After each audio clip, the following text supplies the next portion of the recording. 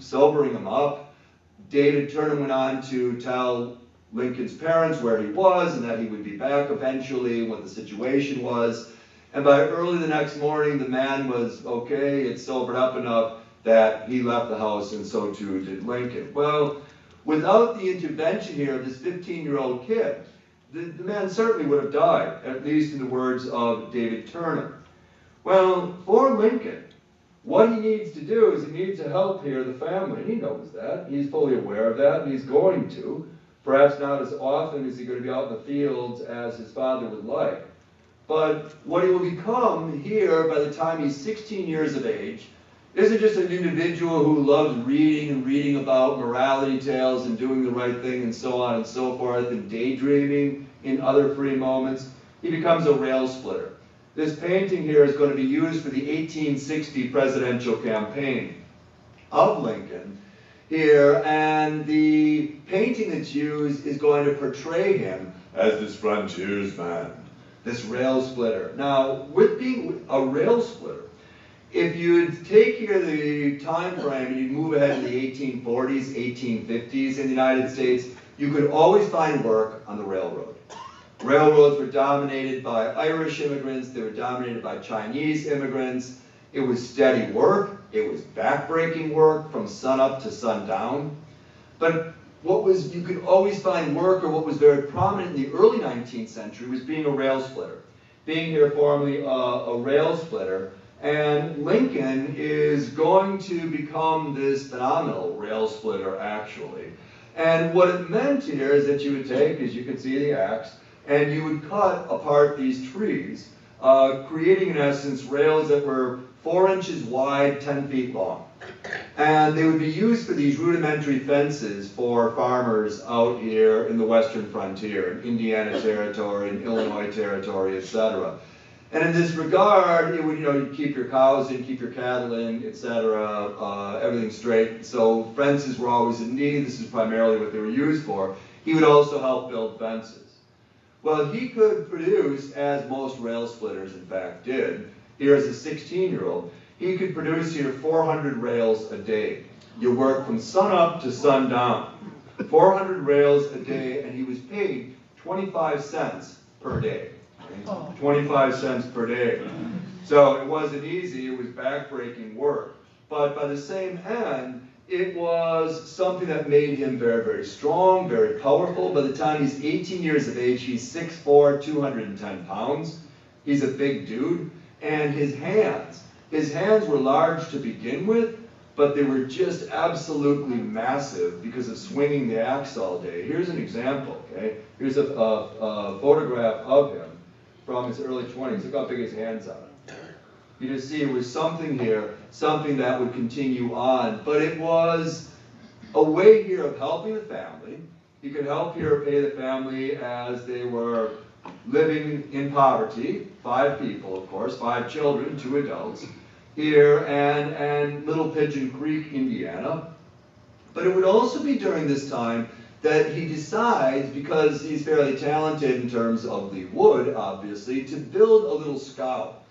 To build here this scow, a small boat, this small boat that he could take people, passengers, in the creek, well, technically the Little Pigeon River.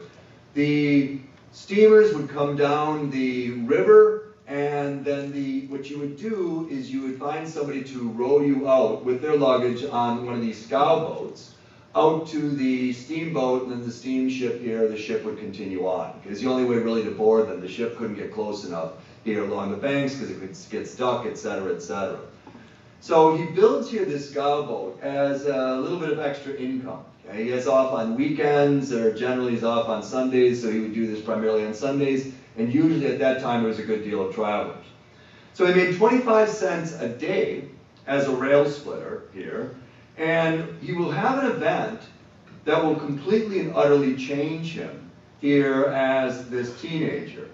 Because what happened one day is 2 gentlemen appeared, and they needed here, they had their luggage with them, and they needed their big trunks, Lincoln to row them out to the boat that was going to be arriving momentarily. to take them out here to this boat that would continue on their journey. It was much, much easier at this time in terms of rivers for transportation, especially when you get into this part of what is now the Midwestern part of the United States. You have all large cities, Milwaukee, the Twin Cities, think about it, any large city in the United States. Pittsburgh's got the three rivers coming together. They're always built here on riverbanks. Or not always, but in the vast majority of cases. To give you an example, at this time, in 1830, to take a stagecoach from Chicago to Milwaukee, and there were growing cities here in the Midwest, take a stagecoach from Milwaukee to Chicago or Chicago to Milwaukee took 5 days. 5 days. We could all jump in the car now, we could be at downtown Chicago in 2 hours. Okay? But there was a big improvement. And the problem here fundamentally is you had to keep resting the horses, resting the horses, resting the horses.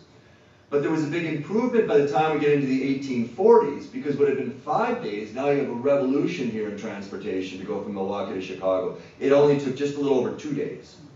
And just a little over 2 days, because what you would do is the stagecoach would keep changing horses.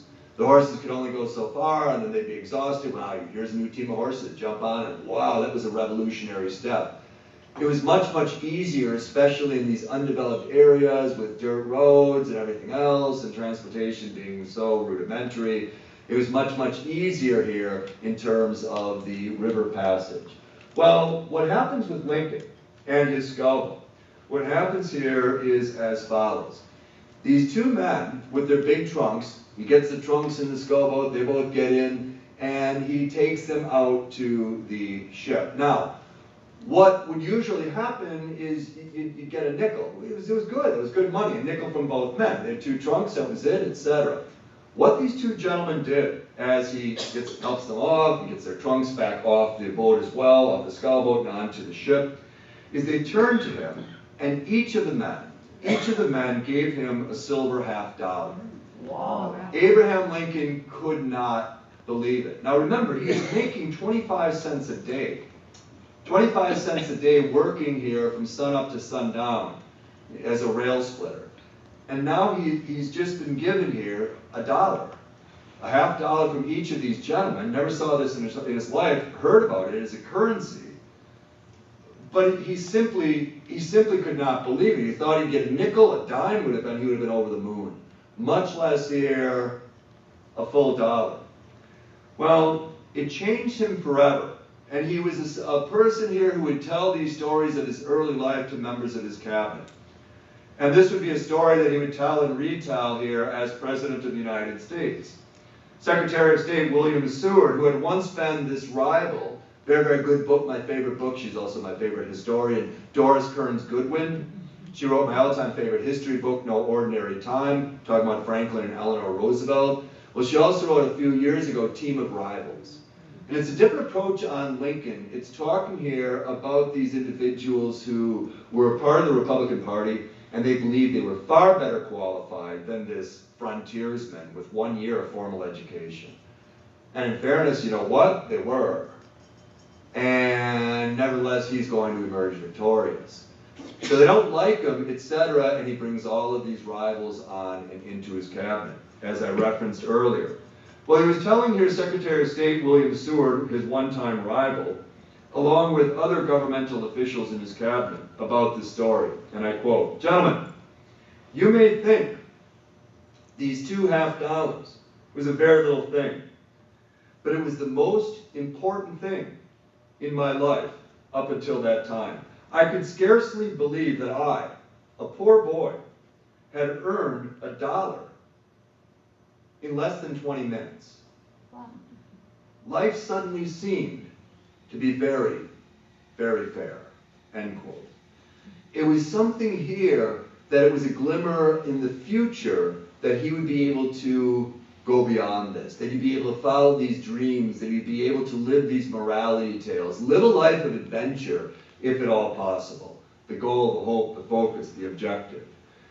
Well, for Abraham Lincoln, he was very, very close with his sister, Sarah. And Sarah Lincoln married here. she married Aaron Grigsby on August 2nd, 1826. And he was thrilled for his sister, really thought the world of his new brother-in-law. And a year and a half later, his sister is expecting. She is expecting her first child. So this is great because like the two of them, in essence, following the death of their mother and their younger brother, they felt like orphans of the storm. They had a close working relationship with their stepmother. But now this was something to be celebrated, especially here in the closing weeks of the pregnancy. Unfortunately, Sarah and her baby-to-be both died in childbirth. This was something that was incredibly common in the United States. She was just 21 years of age. So by the time